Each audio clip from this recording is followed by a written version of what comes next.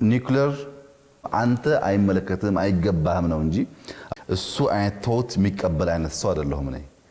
ኒውክሌር ለዓለም ህዝብ ጎጂ መሆኑን ካመኑ እነዚህ ቴክኖሎጂ ኦን ያደረጉ 8 ሀገራት ማስወገድ አለባቸው።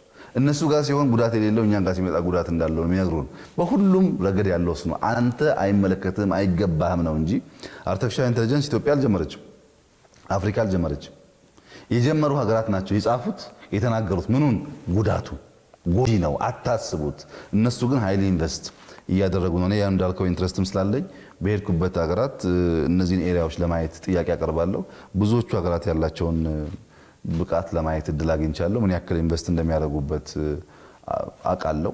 በዚህ ምክንያት በእንደዚህ አይነት አታላይ ቋንቋዎች ብዙም ራሴ ማቆም አልፈልግም። የሆነ ሆኖ ሳይድ ኢፌክት ይኖረዋል ዲስረፕቲቭ ስለሆነ። አሁን እያንዳንዷን ፖይንት ባናነሳም በሰው ልጅ የዕለት ተዕለት ኑሮ ውስጥ ብዙ ሼክ የሚያደርገው ነገር አለ። ያን ተምረን ሪስኩን ማኔጅ አድርገን ውጤቱን እንጠቀምበታለን። ለምሳሌ